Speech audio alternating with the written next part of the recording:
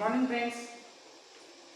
Last lecture we have discussed our first unit. Okay, last 1 month minimum we discuss our first unit, and this unit is totally based on your physical quantity like physical phenomena, gradient, curl, divergence, and all these things like electrostatics we study in our first unit. This name is mathematical background and electrostatic. Okay, तो हमने पिछला unit discuss करते समय physical quantity देखी, gradient, diversion and curve. उसमें हम कैसे physics use करते, कैसे फिजिकल फिनोमेना हम ऑकर्स होने के बाद हम अपने प्रॉपर्टीज के साथ मैच करेंगे और वो स्टडी करेंगे. ये सब बातें हमने देखी है, जैसे integral, line, surface and volume integral. और उसके बाद भी हमने आगे जाके देखा दो मोस्ट इंपॉर्टेंट थ्योरम हमने पढ़ा है, गॉस डाइवर्जन थ्योरम और स्टोक्स थ्योरम. कि जैसे हम हमारा इंटीग्रल है वो इंटीग्रल हम रिड्यूस करके मिनिमम वन इंटीग्रल साइन में कैसे लाएंगे, ये दोनों हमने उस थ्योरम पर से देखा है, गॉस डाइवर्जन और स्टोक्स थ्योरम पर से. और उसके बाद हमने देखा कि इलेक्ट्रोस्टैटिक फील्ड क्या होता है. इलेक्ट्रोस्टैटिक फील्ड में चार्ज अगर मूविंग चार्ज है तो उस पर कौन कौन से फेनोमेना है, जैसे उस पर कितना फोर्स एक्ट होता है, लोरेंट्ज फोर्स हम बोलेंगे. जैसे लोरेंट्ज फोर्स किसे बोल रहे थे हम, electric force plus magnetic force दोनों की अगर एडिशन कर दे तो जो रिजल्टेंट फोर्स मिलेगा वो आपका लोरेंट्ज फोर्स होगा.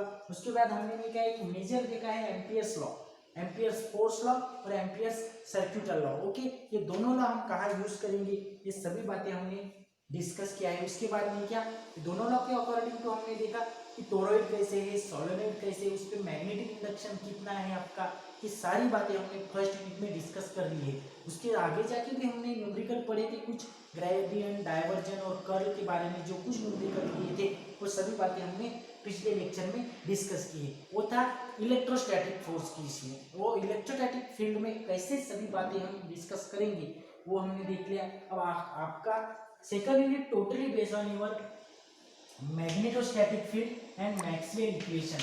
मैक्सवेल इक्वेशन क्या है, जो मैक्सवेल इक्वेशन है वो नहीं क्या, आपकी जो ampere force law, ampere सर्क्यूटल law, Gauss theorem and Stokes theorem, ये सभी बातों में से चार लॉ उन्होंने बनाए मैक्सवेल ने अकॉर्डिंग टू अवर मैग्नेटोस्टैटिक्स. और वो सभी बातें उन्होंने इस फिजिक्स के में डिस्कस की है. तो ये सारी बातें हम सेकंड यूनिट में देखेंगे. तो देखिए सेकंड यूनिट में हम देखेंगे फैराडेज लॉ क्या है, फैराडेज लॉ कैसा होता है, डिस्प्लेसमेंट करंट क्या है, और मैक्सवेल ने कौन कौन सी इक्वेशन आपके सामने रखे हमें वो डिस्कस करना है. उसके बाद इलेक्ट्रोमैग्नेटिक फील्ड क्या होता है, ये सारी बातें हम आपके सेकंड यूनिट में डिस्कस करेंगे. तो देखिए अब डिस्कस करते समय हम एक इंट्रोडक्टरी पार्ट देख रहे हैं आपके सेकंड यूनिट में. इंट्रोडक्शन क्या होता है, तो इंट्रोडक्शन कैसे देंगे हम मैग्नेटोस्टैटिक फील्ड का. क्या होता है magnetostatic field, the stationary charge produce electrostatic field. जो स्टेशनरी चार्ज है यानी स्टैटिक मोशन में नहीं, बस वैसा चार्ज क्या प्रोड्यूस करता है, electrostatic field. And when this charge move with constant velocity. देखिए एक चार्ज है आपका, ये चार्ज कौन सा है, स्टेशनरी चार्ज है, stationary charge. Okay, stationary charge produce electrostatic force, electrostatic field. क्या प्रोड्यूस करता है आपका स्टेशनरी चार्ज, कौन सा चार्ज है, स्टेशनरी चार्ज है जो क्या प्रोड्यूस करेगा, electrostatic field. And when this charge is moving with some velocity v, ये चार्ज में क्या मूव हो रहा है with some velocity v. Okay, तो वो क्या प्रोड्यूस करेगा, आपके प्रोड्यूस स्टैटिक मैग्नेटिक फील्ड. क्या प्रोड्यूस करेगा, स्टैटिक मैग्नेटिक फील्ड. क्या प्रोड्यूस करेगा आपका, अगर ये स्टेशनरी चार्ज रहा तो इलेक्ट्रोस्टैटिक फील्ड प्रोड्यूस करेगा, अगर ये मूविंग चार्ज रहा विद सम वेलोसिटी v वो क्या प्रोड्यूस करेगा, आपका स्टैटिक मैग्नेटिक फील्ड. और इसी को ही बोलेंगे हम, this static magnetic field is called as magnetostatic field. क्या बोलेंगे, मैग्नेटोस्टैटिक फील्ड. देखिए बातें समझ में लीजिए कैसे बोल रहा हूं मैं. जो स्टेशनरी चार्ज है प्रोड्यूस यानी कांस्टेंट चार्ज, रेस्ट पोजीशन में वाला चार्ज जो क्या प्रोड्यूस करेगा, आपका इलेक्ट्रोस्टैटिक फील्ड. और वही चार्ज अगर कांस्टेंट वेलोसिटी v के साथ मूव हो रहा है तो वो प्रोड्यूस करेगा आपका स्टैटिक मैग्नेटिक फील्ड, और उसी को बोलेंगे हम मैग्नेटोस्टैटिक फील्ड. तो मैग्नेटोस्टैटिक फील्ड का कांसेप्ट कैसे ख्याल में आया आपके, कि अगर स्टेशनरी चार्ज रहा और वो कुछ तो भी वेलोसिटी के साथ मूव हो रहा है v के साथ, और उसी को बोलेंगे हम मैग्नेटोस्टैटिक फील्ड। तो आगे देखिए, that is the steady current produce magnetostatic field. तो इसी से क्या आपको समझ में आया, जो स्टेडी करंट रहेगा वो क्या प्रोड्यूस करेगा, मैग्नेटोस्टैटिक फील्ड। आपका स्टेडी करंट क्या प्रोड्यूस करता है, मैग्नेटोस्टैटिक फील्ड। ये सारी बातें किन्होंने आपके सामने रखी है। तो ये the physicist has the Christian Orestel discovered that an electric current flowing through a conductor, जो कुछ आपका जो साइंटिस्ट नेम है Hans Christian Oersted, scientist Hans Christian Oersted put forward their hypothesis, और उन्होंने क्या कहा कि जो इलेक्ट्रिक करंट रहेगा वो क्या प्रोड्यूस करता है, वो इलेक्ट्रिक करंट अगर एक आधे कंडक्टर में फ्लो हो रहा है तो वो प्रोड्यूस करेगा आपकी मैग्नेटिक फील्ड। अगर क्या बोल रहे हो, electric current flowing through, suppose ये आपका एक कंडक्टर है और यहाँ पे क्या फ्लो हो रहा है, आपकी इलेक्ट्रिक फील्ड फ्लो हो रही है। The electric field flowing through current, the electric current flowing through your conductor produce a magnetic field। क्या प्रोड्यूस करता है, मैग्नेटिक फील्ड। अगर आपका इलेक्ट्रिक करंट एक आधे कंडक्टर थ्रू फ्लो हो रहा है तो वो क्या प्रोड्यूस करेगा, magnetic field. And this field and the source of all magnetic field is the electric current. तो फिर ऑल मैग्नेटिक फील्ड का सोर्स क्या रहेगा, आपका इलेक्ट्रिक करंट।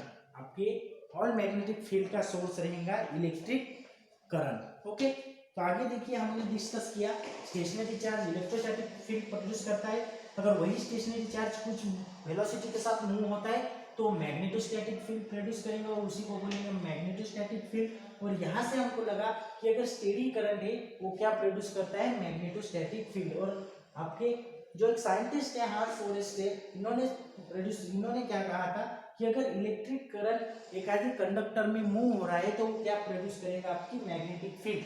दैट इज, यहाँ से आपके ख्याल में ये आया कि हमने क्या पढ़ा यहाँ से कि all sources of the all magnetic field is the electric current. Electric current में से हमको सभी मैग्नेटिक फील्ड का सोर्स क्या है, इलेक्ट्रिक करंट है। तो आगे देखिए, the space around the magnet where the magnetic effects are experienced is called magnetic field. तो मैग्नेटिक फील्ड कहाँ है, अगर हमने ये कहा साउथ नॉर्थ, ये आपका मैग्नेट है ये, और मैग्नेट के अराउंड जो स्पेस रहेंगी यहाँ पे आपका क्या क्रिएट होगा, यहाँ पे अगर ऐसे देखेंगे आप तो क्या क्रिएट होगा, आपकी magnetic field. That is called as magnetic field और मैग्नेटिक इंडक्शन फील्ड। उसी को क्या बोलेंगे हम, मैग्नेटिक इंडक्शन फील्ड। हमने बी से डिनोट कर रहे हैं magnetic induction field. Okay, wherever the number of lines of magnetic induction of magnet through a circuit changes। क्या बोल रहे हैं, कंसेप्ट क्या होता है, wherever the magnetic flux, क्या होता है आपका मैग्नेटिक फ्लक्स, यानी फ्लक्स यानी flowing something with respect to time।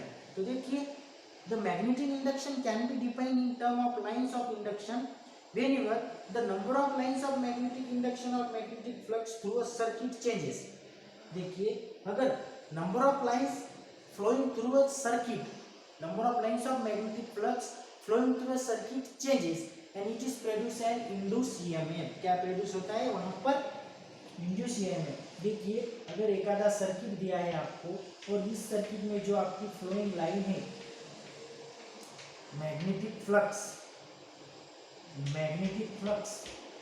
अगर यहाँ पे चेंज होता है तो magnetic flux changes with respect to time, तो क्या प्रोड्यूस होता है, प्रोड्यूस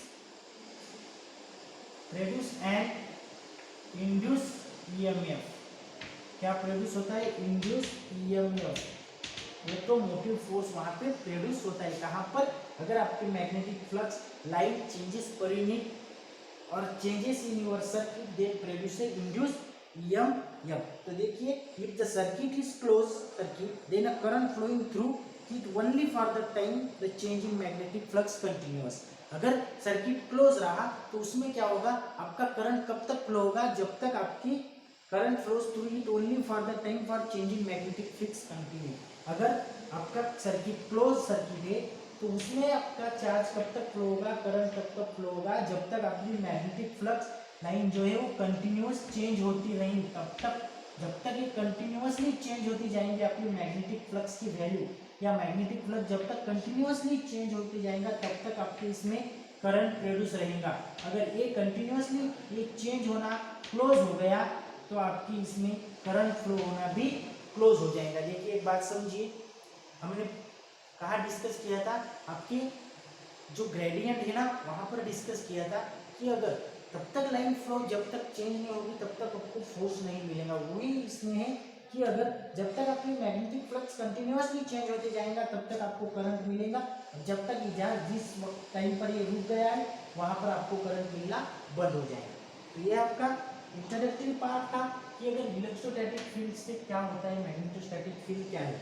तो magnetic flux through an area is defined as the number of lines of magnetic induction passing through the area normally. देखिए magnetic flux through an area कैसे define रहता है, अगर ये आपका एक प्लेन समझ लीजिए, अगर यहाँ से मैग्नेटिक फ्लक्स की वैल्यू हमें निकालना है, मैग्नेटिक फ्लक्स की वैल्यू यहाँ पे निकालना है, तो magnetic flux through an area हम डिफाइन कैसे करेंगे, इस प्लेन में से आपको कितना मैग्नेटिक फ्लक्स फ्लो हो रहा है कैसे डिफाइन करेंगे। तो देखिए कि lines of magnetic induction passing through the area normally, line जो है आपकी इंडक्शन की passing through the area normally if B is the magnetic induction field at point. अगर ये पॉइंट हम कंसीडर कर रहे हैं, यहाँ पे एक पॉइंट कंसीडर करिए, अगर ये बी यहाँ पे क्या है आपकी मैग्नेटिक इंडक्शन है through the area at a point, then the magnetic flux define. तो हमें मैग्नेटिक फ्लक्स डिफाइन कैसे डिफाइन करेंगे, कैसे डिफाइन करेंगे, through the small area element is given by define equal to B bar आपकी magnetic field into D S bar आपका area और magnetic field जो कुछ रहेगा वही बोलेंगे हमारा मैग्नेटिक फ्लक्स। देखिए यहाँ पे आपके एरिया और ये किसकी वैल्यू है आपकी मैग्नेटिक फील्ड इंडक्शन बी, और वो एरिया में से अराउंड कितने पास हो रहे हैं वो B bar dot D S bar equal to d five हम यहाँ पे कंसीडर कर सकते हैं। तो आपका इंट्रोडक्टरी पार्ट क्या था, इंट्रोडक्शन था कि मैग्नेटोस्टैटिक क्या होता है। तो हमने देखा stationary charge produce electrostatic field and when this stationary charge is moving with some velocity v then it is produced as magnetostatic field. अगर वहां पे हमने देखा मैग्नेटोस्टैटिक फील्ड कहाँ से प्रोड्यूस हो रहा है, अगर चार्ज मूविंग रहा तो, और आगे देख रहे हैं हमने द स्टेडी करंट्स की वजह से मैग्नेटोस्टैटिक फील्ड हमें मिलता है।